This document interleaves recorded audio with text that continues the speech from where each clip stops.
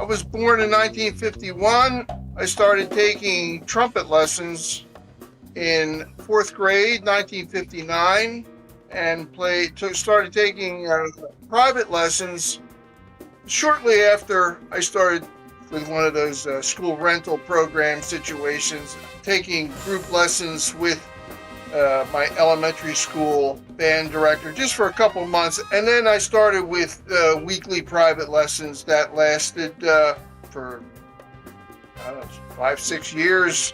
I started writing music almost right away, and things came pretty naturally.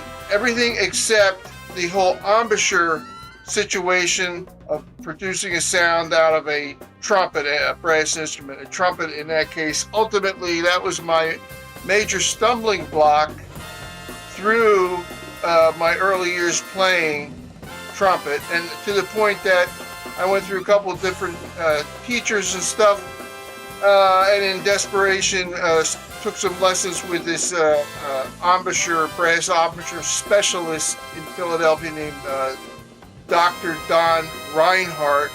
This would have been in late 1964 when I was in 9th grade.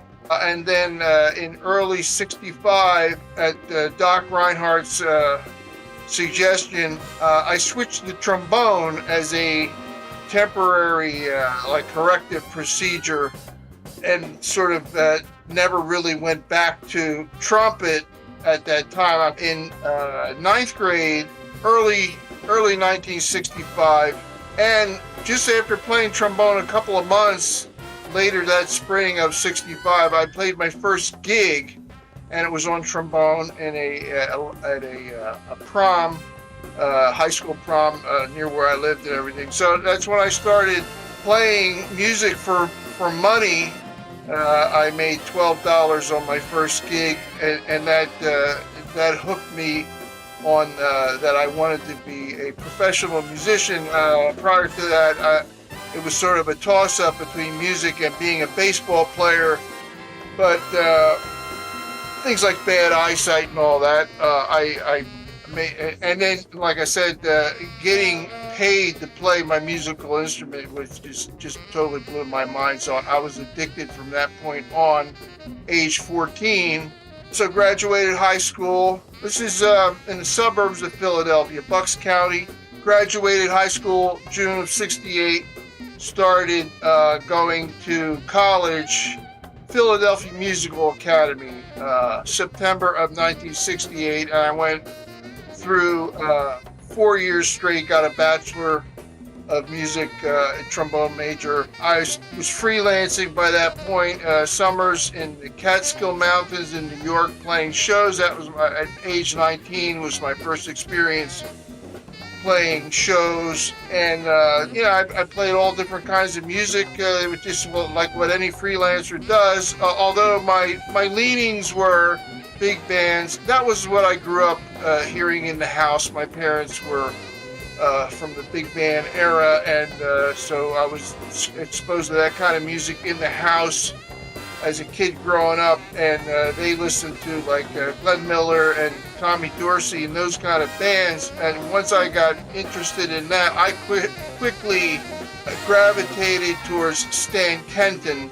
That all was taking place in 9th grade, 10th grade, to the point that by the time I was coming out of high school, I was already addicted to Stan Kenton, and people like Dick Shearer, who played lead trombone with Stan Kenton for many years in the 60s and 70s, became one of my heroes.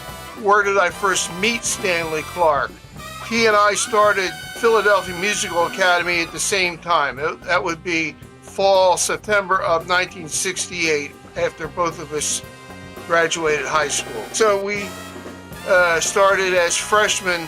Philadelphia Musical Academy had just started. Prior to that, it was called Philadelphia Conservatory of Music. Some notables went to college there. Then I don't know when they changed their name to Philadelphia Musical Academy, but it was one of those music schools of that era that were started out as being like a classical school. And just in that the period when we were going to college, the late 60s, early 70s, is when some of these colleges were starting to accept jazz, maybe have a jazz band as an elective course or this or that, and a lot of the classical departments resented all that. PMA, they had just started a jazz band the year before we got there. So in other words, Stanley and I both came into the band in their second year of existence, 17, 18 years old. So Stanley, he played pretty good and everything.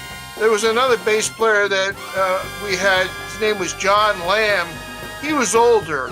He had been on Duke's band, playing bass on Duke's band, and he had come back. I guess he wanted to get like a teaching degree or something like that. I think he was in his early 30s at the time. So he and Stanley split the bass chair that first year that Stanley and I were in school there. So we end the first year, our freshman year. I was around Philadelphia freelancing. Stanley hooked up a gig with, I don't remember if it was Max Roach or Stan Getz. I think it was one of those two bands. So in other words, this was Stanley's summer gig in summer of, that would be 1969. And when he came back to school in the following September to start our second year of college, he was 1,000 times better. It was ridiculous, the transformation that he got in, just a couple months of playing, of course, with, some of the biggest giants in jazz at that time. So we start the second year, and Stanley played in he was a much stronger player by this point. He played in the jazz band in the second year, whatever jazz festivals we went to, Quinnipiac and some others. But Stanley was already starting to get busy, getting called by bigger names. This whole thing that happened in the summer when he went on the road with, Max Roach or whoever it was, changed everything. And, Stanley could be around school all the time. And I remember at some point he was, hanging out in the student lounge saying something like, well, for one thing, one of the things he was saying was he wanted to make the bass a solo instrument. I remember him, saying something like that. And, probably more talking upright. Stanley studied with a classical upright bass teacher, string bass teacher in PMA and all that. And but then the other thing was, though, he was starting to get too busy, and I remember him at some point just saying like, I'm going to try to stay in school. I'm going to try to stay around, but he got too busy. And besides, at that point, he didn't really need the school, So then he was gone. Once Stanley, wasn't in school anymore. I don't know at what point he moved to the West Coast, in Beverly Hills area, up in the Hollywood Hills, to Korea and returned to forever. I think that was around 1972. I graduated in 1972. In fact, I skipped my college graduation to go to a Stan Kenton concert in the Philadelphia area. Later, I worked that summer with a rock band in Wildwood, New Jersey, and then in the fall of 72, I attempted to move to LA, drove across the country. I had all kind of car trouble, but my move to LA lasted 11 days. I spent more time on the road to and from LA than actually being in LA. Broke down in the Mojave Desert, flew an engine on the way back in Benton, Arkansas, and on and all that goes. But once I got back to Philly, like in late 72, that's when I decided I should start trying to go out on road bands and stuff. I had a lot of friends that were on different road bands, and so in February of 73, I went out, subbed on the Glenn Miller band, Buddy DeFranco. In the middle of this is I had a friend in Atlanta that I went to school with in Philly. He moved to Atlanta, and he was convincing me to move to Atlanta to try to get based there and freelance. There were some hotels that were opening up, and so this was all kind of all run together. In fact, as I had a job lined up at Six Flags over Georgia. And I'm driving from my folks' place in Bucks County, PA, to move to Atlanta. And on the way down, I was getting a call back at home. They were offering me a chair on the Stan Kenton band. So I didn't even find that out until I got down to Atlanta 2 days later, made a big U-turn, got back, and 2 weeks later I had my ass on a plane flying out to LA to join Stan Kenton. That would have been around Memorial Day '73, and I stayed with that band about 6 months. In some ways, I was totally ill-suited to be on a road band bus and all that. So the reason I bring that up is, at that age, I should have been more of a free spirit, in other words, and willing to accept the living conditions that you run into on the road. But instead, that was quite a concession for me, leaving a girlfriend home while you're out on the road, all this kind of stuff, trying to pursue a so-called middle-class American lifestyle. Well, that's not what happens when you're on the road and on a band bus all the time and everything. So this made my time on this Stan's band a little tougher because obviously I adapted, and of course the funny thing is later on I in some ways became a total road rat living on ships. But when I was on Stan's band, it was a little bit tougher. So I might be inclined to get into maybe a little more whining and complaining or whatever, which may have got me into some kind of trouble. So on Stan's band, I played third trombone. The trombone section was three tenor bones. When I was there, Dick Shearer played the lead chair, Lloyd Spoon played the second chair, I played the third chair, and then the fourth and fifth were bass trombones, Bill Hartman on the fourth chair, and Mike Wallace on the fifth chair, and his chair he also had a tuba double. So that's what the section was. I sat between Dick Shearer. Dickus was here on my right, and Mike Wallace was here on my left. I was pretty well equipped to play the music. I could read pretty good, and I didn't mind blowing hard. And in fact, even though Dickus was my hero, I had it in my mind. Of course, some of this is even almost like a sports mentality. Is like he's the lead player. I know that, and like I said, I didn't even want to, be a lifelong road rat. So there was never any thoughts of mine of trying to, be competition for him or anything like that. And he was there a long time, and I was only ended up being there like 6 months. But I was also going to let him know that, I'm sitting here and I'm playing my part. Of course, you had to in that section. You couldn't have a couple of people coasting in the section. So that part was good. I enjoyed all that and did pretty well with that. And the writing, Stan and Dickus, they already knew that I could write. And also when, like my last year in college, I wrote a chart for the Kenton band.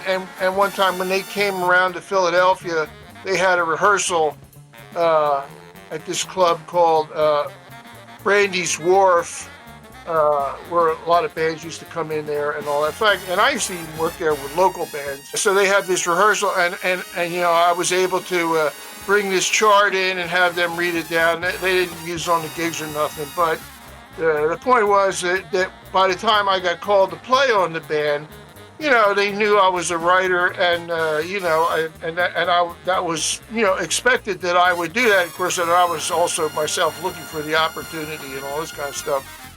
So that went pretty well, and I didn't get to solo much. Some of that left me kind of in a little quandary, but I'll let that go because whatever the outcome of all that was, it's like the Kenton band, it's a sort of a fraternity. In fact, in my case, I'm not really a group person, so being part of the Kenton fraternity, that's fine with me, and I feel like it's a pretty good outcome for what I did in my career.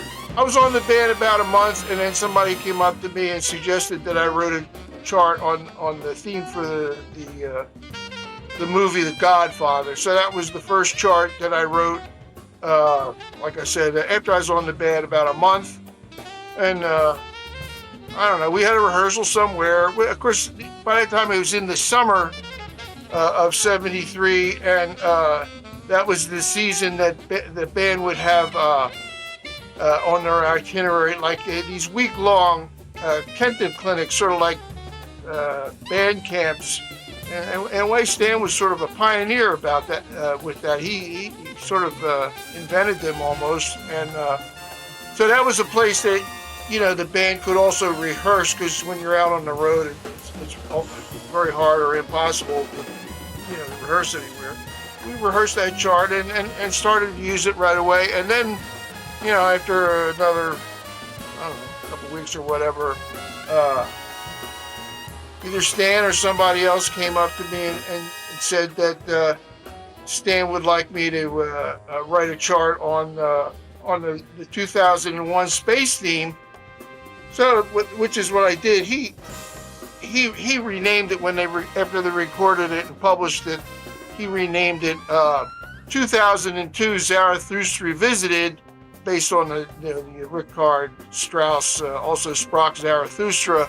But by Stan renaming it that way, then, since the music itself was public domain, the Brazilian composer, arranger, DeVoe, was the guy that wrote that, the movie score when that movie came out and everything. He would be the composer. This is in terms of copyright laws. He would be the composer of the 2001 theme. So, but Stan, with his knowledge, or lawyers or whatever, if they changed the title to 2002 Zarathustra Revisited, since the music itself was public domain, now Stan's publishing company could have the clear rights to that, and that made me the composer. So that was kind of an interesting business little transaction to be a part of. I got on the band in LA. Actually, my first gig was in Phoenix, Arizona, and the band came across the country, and ended up on the East Coast by like summer of '73. Then we went to Europe, flew to Europe, did a month over there. Before we did that, we recorded that 7.5 on the Richter Scale album, and so both those charts I just mentioned were on that recording. A month in Europe. That was the first time I got to Europe, and that was a great experience, and very tiring. Traveling over there was even harder. We did a lot of flying, so you're getting up real early, getting on the plane, and then flying somewhere and doing what you're going to do, and then do the same thing the next day. So we were, and with jet lag and stuff, we were pretty wasted. But actually, it was still a great experience to get to Europe. And I didn't, that was in 1973. I didn't get back there again for another 17 years, 1990 on when I was doing ships. Came back from Europe. It was the month of September is when we were over there. Then I stayed a couple more months, and I left in November of 1973. When we came back from Europe, we were getting some of the proofs of the recording, the 7.5 on the Richter scale that we had done. That was in August when we recorded that, so we were starting to hear some of this stuff back on the bus. I think the album came out in '74 sometime. And then got off, ended up back in Atlanta again, and then but went right back out with Clyde McCoy for a couple months. This is early '74. And then also filled in briefly with the Glenn Miller Band again. This time the Peanuts Hucko was the leader of the Miller Band, and then moved back to Atlanta again summer of '74, and hooked up a gig, a house band gig at the new Fairmont Hotel that was opening up in Atlanta. That was all sort of why I was moving down there in the first place, to land a gig like that, and I did. But the gig kind of bombed out. I stayed there 2 years and then came back to Philly, back with my parents' place. This would have been like September of '76. Shortly after I got back, I was studying with this embouchure stuff with this teacher named Roy Stevens in New York, and stayed with him for a number of years. Of course, I'm freelancing all through this. What kind of gigs? All different kinds. A little bit in the theater, some shows like a Chorus Line or something like that in Philadelphia, and just all kinds of miscellaneous gigs. More, not so much classical music, but by this point gravitating toward shows and jazz and all that. So anyway, this whole embouchure thing kind of went off the rails for a number of years. I mean, I still kept playing.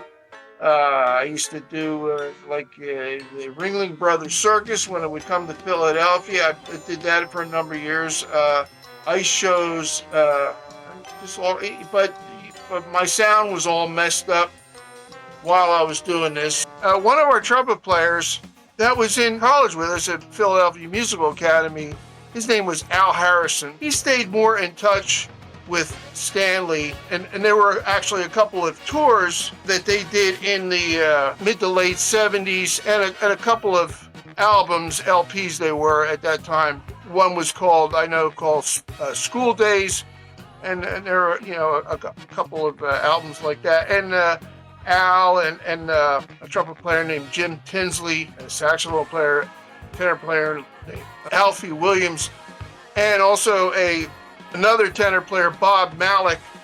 This is a guy from Philly. He didn't go to college with us, but he did some of the early Stanley Clarke tours and stuff, and Bob became a very successful touring and studio tenor player based in New York.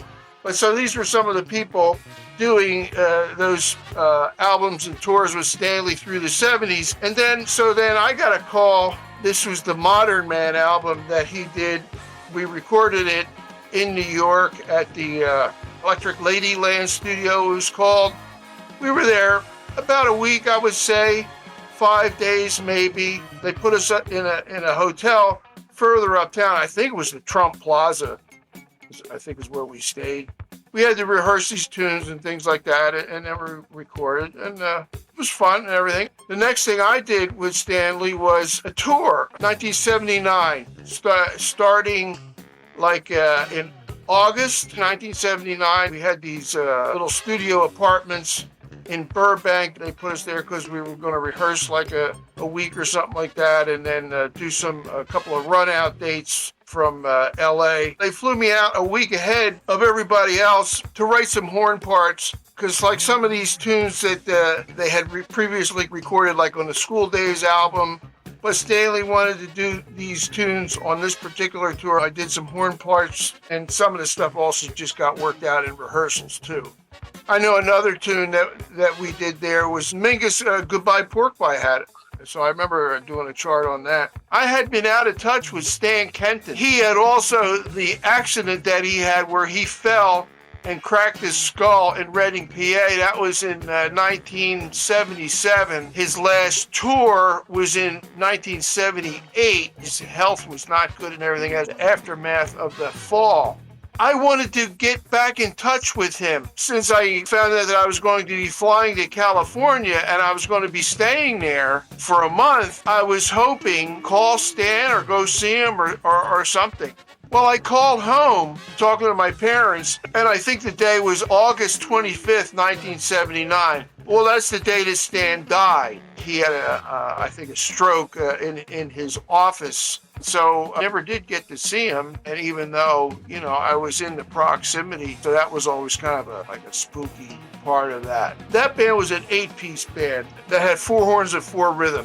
Al Harrison was one of the trumpets, and this other trumpet player, Al Binkley, and the tenor player, he played also baritone and flute. That guy Alfie Williams that I had mentioned previously, and myself were the four horns.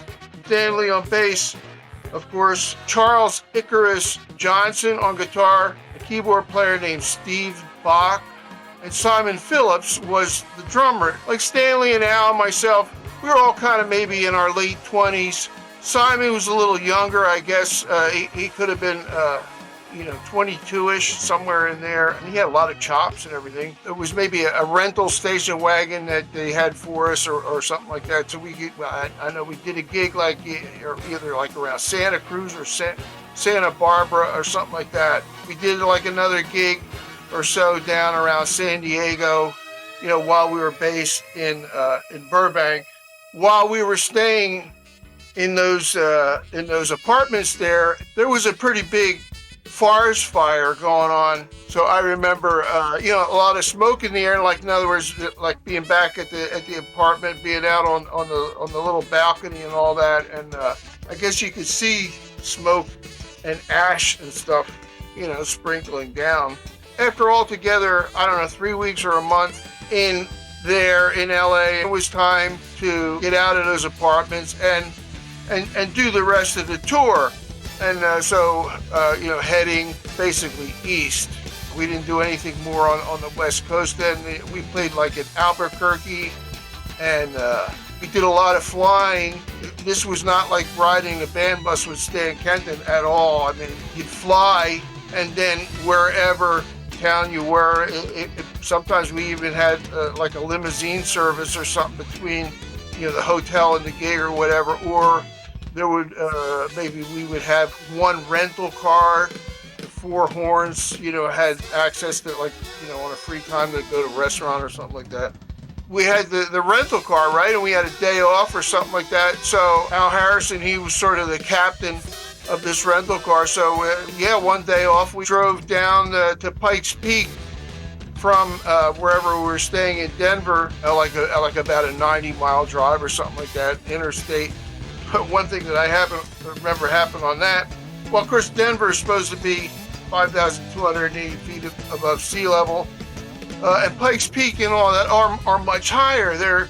They could be up around 10,000 or something like that. And so like I said, we drove down. We had this day off, and let's drive to the top on Pikes Peak. Okay, so we're driving, however much the altitude was. And of course, you're not going in a straight line or anything. It's all kind of like switchbacks and everything like that to get up to the peak. We were just a little bit short of the very top, and the car wouldn't run anymore because of the difference, the mixture of amount of oxygen in the air and all that, and the car wouldn't run anymore. So we didn't make it to the top. So what we had to do, there were four of us, so we're pushing the car, and we had to get it turned around, and taking advantage of these switchbacks and stuff like that. And the idea was to get the car turned around and to coast down to a lower altitude in the hopes that it might start. Well, I don't know how far down we went, but finally it did start. So it was funny because as we were pushing this van with this thin air, low oxygen air, we're all getting real lightheaded and dizzy and giddy and everything like that. That was pretty funny, So that was also making it harder to push the van to get it turned around. But we did get it down, and like I said, finally it just started and ran like normal. So and then we went back to Denver. That's a road story there. We did a couple months. Let's see. So that we're talking end of August, going into September. We played in like Minneapolis somewhere, a couple days, Detroit, Chicago. I don't remember all the different places, and we played it somewhere in New York. The tour ended on short notice, like about 4 weeks short or something like that. They had some dates that they didn't fill in or something like that.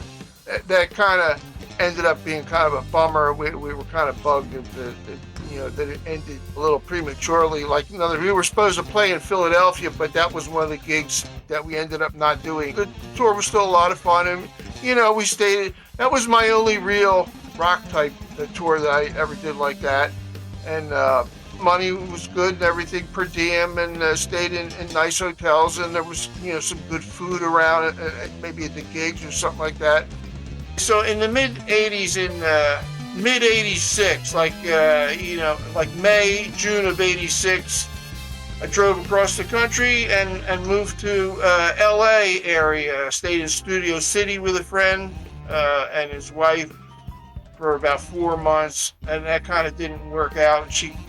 His wife threw me out of the house, so I ended up in Azusa, California, staying with my hero, with this guy Dick Shearer, who was the lead bow with Kenton when I was there, and by then Stan had died and everything, and he was back at home with his mom and grandmom in Azusa, California, and then I moved in with them for a while. He moved down, got married, and that ended up being my base for about 5 years. And in that period, I started working cruise ships.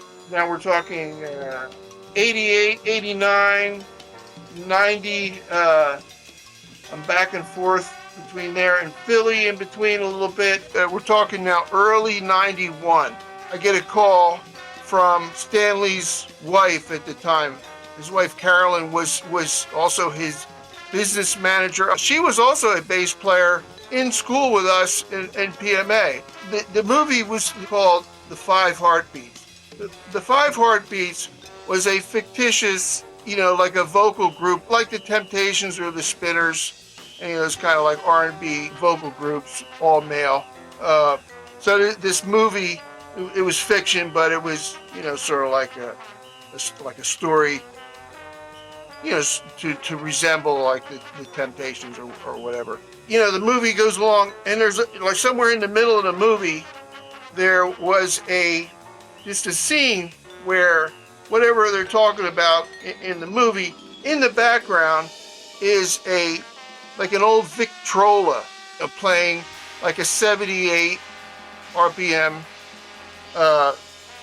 record, and it was a big band playing, and so this was going to be in the movie, but the problem was that if they had the original recording that this was, there was going to be some kind of a copyright clash. And so, in other words, they couldn't use the original recording of this tune. And you're not even talking about a whole chart. You're only talking about like a minute, a minute and a half, something like that, like half the chart. Because this is all in the background. I mean, the story of the movie has nothing to do with this recording here. It's just in the background. What they wanted me to do was to reproduce the sound that was on the recording, but just record it with their own musicians in LA or whatever, just so that it wasn't the original recording and whatever conflict with royalties and stuff there. And Stanley didn't know the name of the tune. He says, I think it's like somebody like Basie or Duke Ellington or something like that. I guess I went over his house or something like that, and he played me the movie, up to the spot where this thing was or whatever like that. And I recognized it. That was funny. It was this old Basie tune called 920 Special, and luckily I recognized it. Now that wasn't a tune that I ever played a lot or anything like that. I probably in my whole lifetime played it a handful of times, but for some reason I recognized it just by hearing it, and I said, "Oh, I know what that is. That's 920 Special. Yeah, I can figure that out." Because like we're saying, he didn't even need the whole chart. He just needed like the first half of the chart or something like that. For me basically to transcribe it. So he made a little cassette, of that part, and I took it with me. Okay, so now what I did This, of course, was in the era of cassette tapes. I go to Tower Records and see what I could find. Like I said, I knew the title and all that, and so I found a couple of different cassettes. Count Basie's band, and with 920 Special. So I think I bought like maybe a couple different ones. So I get it back home and I start playing the tapes. And one of them was the exact one. It was the exact one that Stanley had. This was the exact one that they used. So I knew, I could just tell, everything was exactly the same. And luckily, it had in the liner notes, it had the personnel, in Basie's band that recorded tune, which told me the exact instrumentation. So in other words, 3 trumpets and not 4, or 3 bones, or 2 bones, or whatever, 4 saxes and not 5, whatever it was. I could see that it had the personnel and the exact instrumentation, so I didn't even have to figure that out. It was there for me, and so I just transcribed it, and it was very simple because it had like it had an 8-bar intro and was a 32-bar form, typical AABA form. And in this case, okay, so you got the 8-bar intro, and you do like the first 8 was, maybe like a unison sax line or something. There's a first ending, they go back, they do it again. So like, in other words, if you're transcribing something, you don't even need this is all when you're doing it by hand. This could have a repeat sign around it, and first and second ending, whatever. There was a simple 8-bar bridge, and then it was going to be a DS back to the A section again. And by then, they don't even need any more than that. So in other words, altogether, you're transcribing a total of, 24 bars or something like that. It was very short and pretty easy to do, especially since, like I was saying, I had the exact instrumentation. So once I did that legwork, it's pretty easy to sketch out a chart, and then they booked the studio time.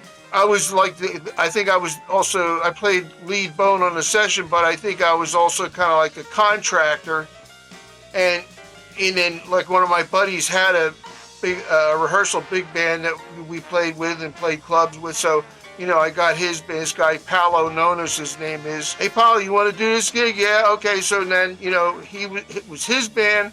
Like I said, Stanley booked the studio time. It didn't take long. We were probably out of there like in 2 hours or whatever, because like I said, it was very, and that was that. I still get royalties from that. I mean, this is the only like film or even TV, it's the film fund that I get, and of course, and the check is so small now, I only get one every other year. It's like $35 or something like that. The funny thing is, this is the one and only movie thing that I fell into in my LA time. And then Dick Shearer's mom was going to sell the house and move to Oregon. Dick had moved to Oregon with his wife, and his mom was going to sell the house in Azusa, and that. So I was not doing well money-wise, so that was my place to live was going to disappear. So that was the decision was made to move back to the Philadelphia area. Ironically, though, my chops finally got straightened out in early '91, and I started a ship gig.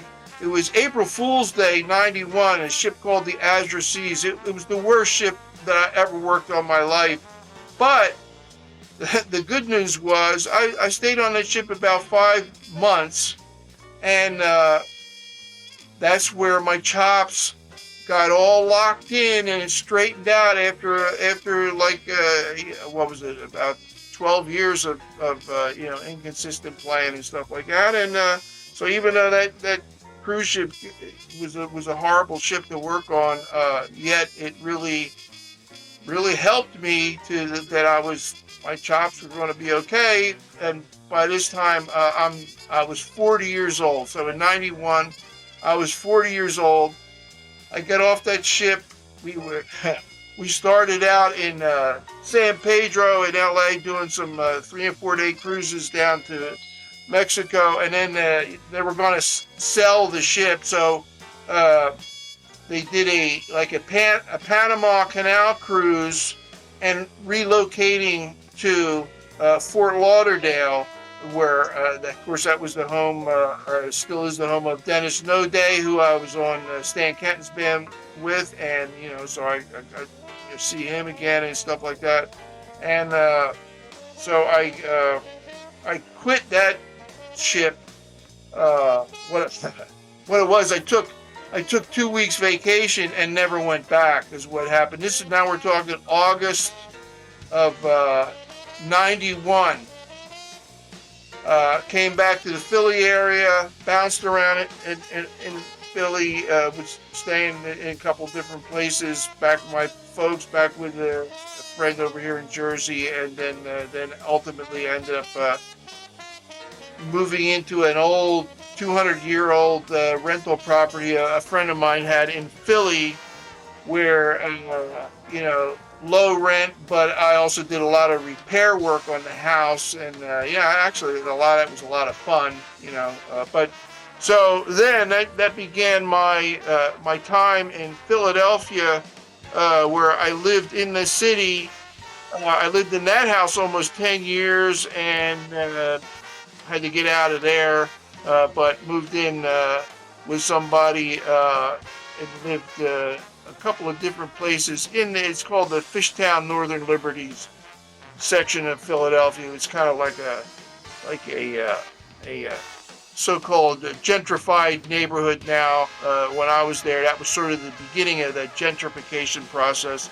But so after 16 years in Philly, my mom died in 2007. My dad had already passed, and so when that happened, I moved out of where I was in Philly. This is October of '07. Moved back into the house in Bucks County, settling the estate and everything like that. I was there about a year, and then got this place that I'm living in now in Burlington County, the New Jersey, South Jersey Pine Barrens, it's called. And I've been here about 15 years, a little over 15 years. So I've been, been freelancing the whole time.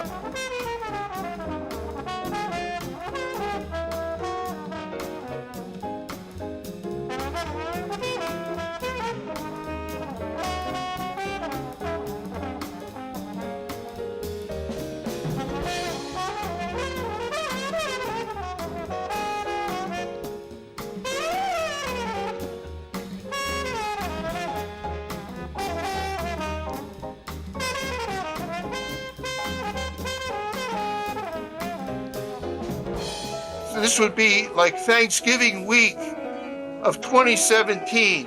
By then I was living over here in Jersey Pine Barrens, where I'm at now. And that guy, once again, Al Harrison, he stayed more in touch with Stanley through the years and stuff like that.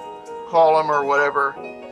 And like about, Tuesday, like a couple days before Thanksgiving, Al calls me or sends me an email or something like that, saying that Stanley was coming with a 4-piece band, and he was going to play in a club in Ardmore, PA.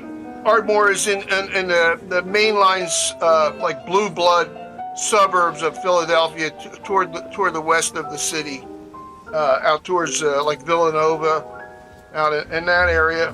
So Al says, like Stanley wanted us to come to the concert, to the club, and like sit in with him for one tune. And he asked Al, like, would I want to play? I said, oh, well, sure. Okay, so what are we going to play? And so Al said, oh, I don't know. So he said it was something simple, like an A-flat blues or something. All right. It was going to be like the Saturday, I guess, after Thanksgiving. So in other words, I'm finding out about this maybe like 4 or 5 days ahead of time. Anyway, so I find out the tune. So what's this A-flat blues tune? Well, it's going to be Black Narcissus, Joe Henderson tune. Well, I didn't even know that tune at that point. So I start digging around, and I quickly find out, holy shit, this is not some kind of A-flat blues. This is like, this is not something you're going to bullshit your way through. I mean, you gotta try to learn this tune somehow, and and I was even, like I said, I didn't even hear of it. But I went online, and so I was able to find and or make like a little lead sheet or something, a little sketch to at least get an idea.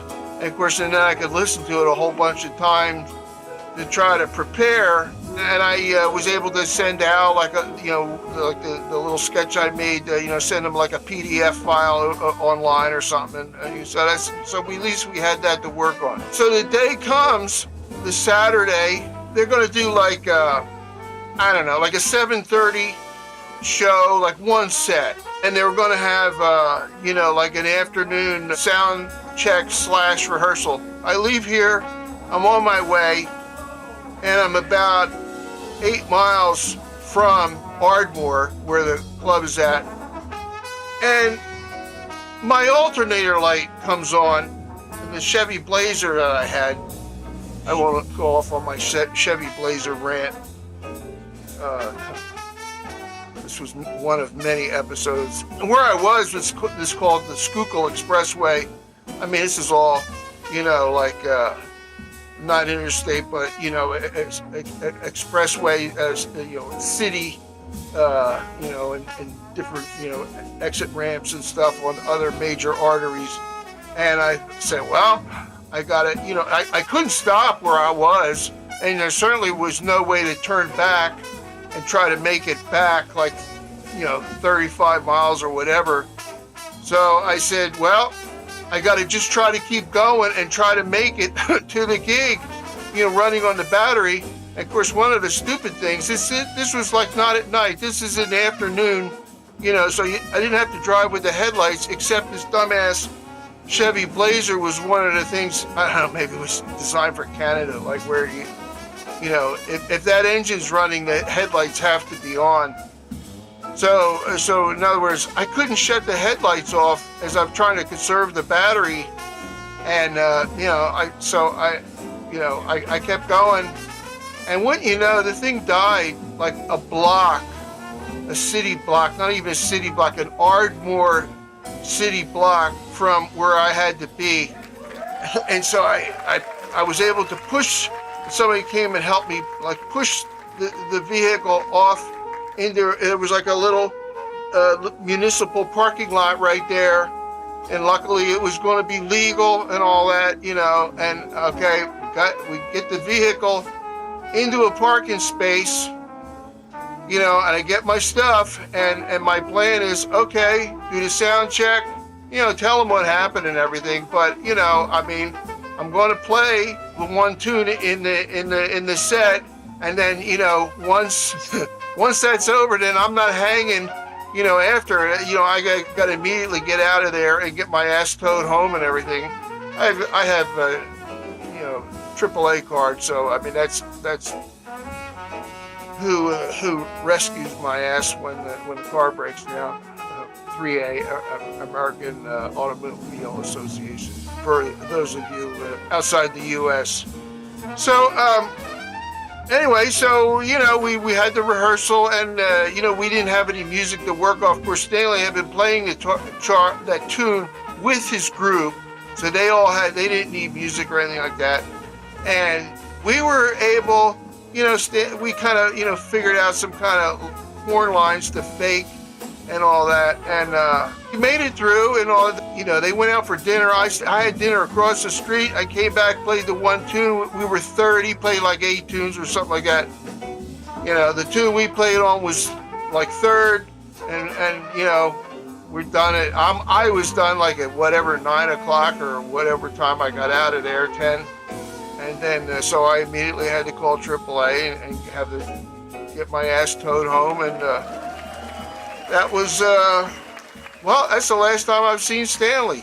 As much as I would have liked to have gotten into, more recording on my own and recording software and all that, I didn't do anything on my own. And then when Antoine, I didn't know of any of this kind of stuff, and so he's been great about laying out a little path for me, to do the stuff that he wanted me to record that he wrote.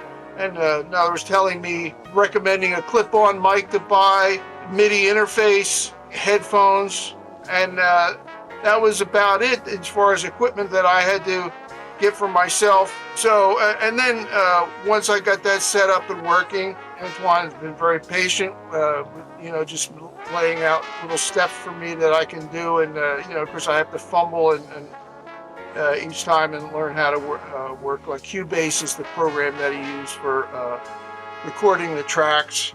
Like I said, it took a couple months altogether, and then sending files back and forth. And all that was a lot of fun. Kind of a funny part of it is when I was in high school, I've had some of these conversations recently with some friends of mine, musician friends.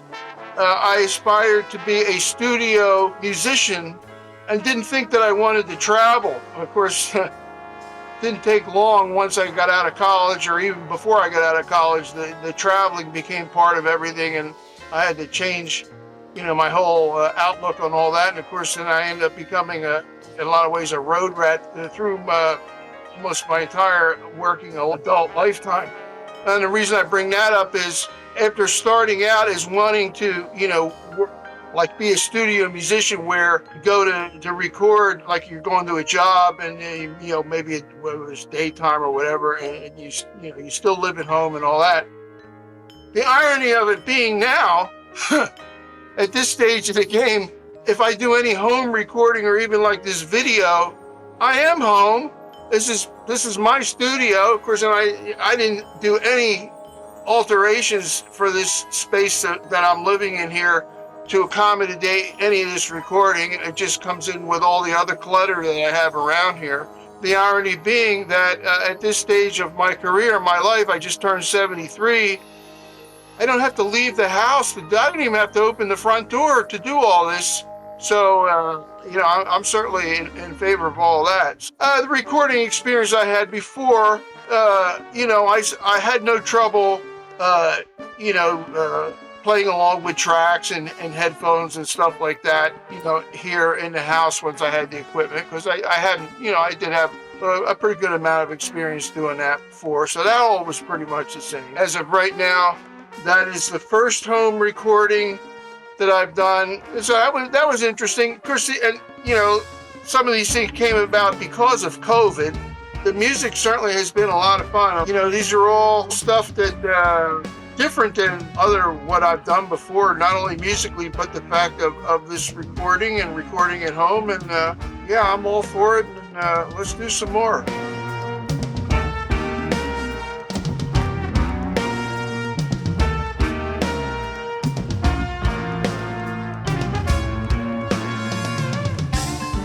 Overall, I was very lucky that I had this type of lifestyle as a freelance musician. My dad was self-employed. He had a television repair shop for almost 50 years, but I guess among other things, it instilled in me the desire to be self-employed. I had some personal success and also, failure and frustration, like everybody else does. One of the things, even with the no money, is you definitely have to learn ways to survive without it. So, and you have to learn certainly some degree of thrift. I mean, you can't be pissing away the little bit of money that you don't have. So that's all good. In my case, the traveling was possibly the best part. And as a working musician, even though maybe I didn't do some of the biggest gigs there are, I mean, like Rolling Stones or something like that, I definitely was many rungs down the ladder from that. But the fact that all the traveling I did, I was working a job rather than being on vacation. And I was basically getting paid, even if it wasn't a lot of money, but getting paid and doing this traveling in a working situation. And especially all types of being on the road, but cruise ships or on a road tour, a band tour, same thing. When you're out for any length of time, you have to somehow, without a real solid home base, you still have to maintain some type of a base of sorts. Like if you're on a ship for a long time, eventually you're going to have to get off the ship, and you got to have somewhere to go. So, like you're in Europe and you got to send money home to the United States to pay your electric bill or something like that. So I mean, you learn how to do things like that, and you also learn how to communicate. You might have a language problem or something, and still, sometimes you like any type of emergency situation or a critical situation, you have to find a way to solve whatever problem you got. And all the interesting people. I mean, you meet all different kinds of people. Another thing in my case, which is kind of funny, where like when I started doing these gigs I wasn't even out of high school yet. Like my first gig being when I was 14 in ninth grade. It was interesting that I say I'm 15 years old and I got a job at the nearby. I'm playing with a band like in the officers club at an Air Force base or something like that. And here I am, like 15 years old, 16 years old. And, that was a pretty, or even a VFW, anything like that. It was pretty cool, to be sort of out in the adult world, as a minor, basically. So, I found that to be a lot of fun and everything. But the funny part of all that is, the longer I did all that, I got to the point that really, I didn't like any of those kinds of, like social situations, banquets and things like that. And it's kind of ironic because music business is such that you got to be out in the public one way or another most of the time. Well, there again, like I said earlier, my original hope was to be a studio musician where I didn't have to be traveling. Of course, in the end, it ended up being a whole lot different than that. But I got that things like weddings and I didn't like any of those places, going in and out of hotels and all kind of stuff. It didn't matter. So what did I like? Well, like you're playing in a jazz club or something that you like the club and you like the band. Of course, these are the things that we dream of.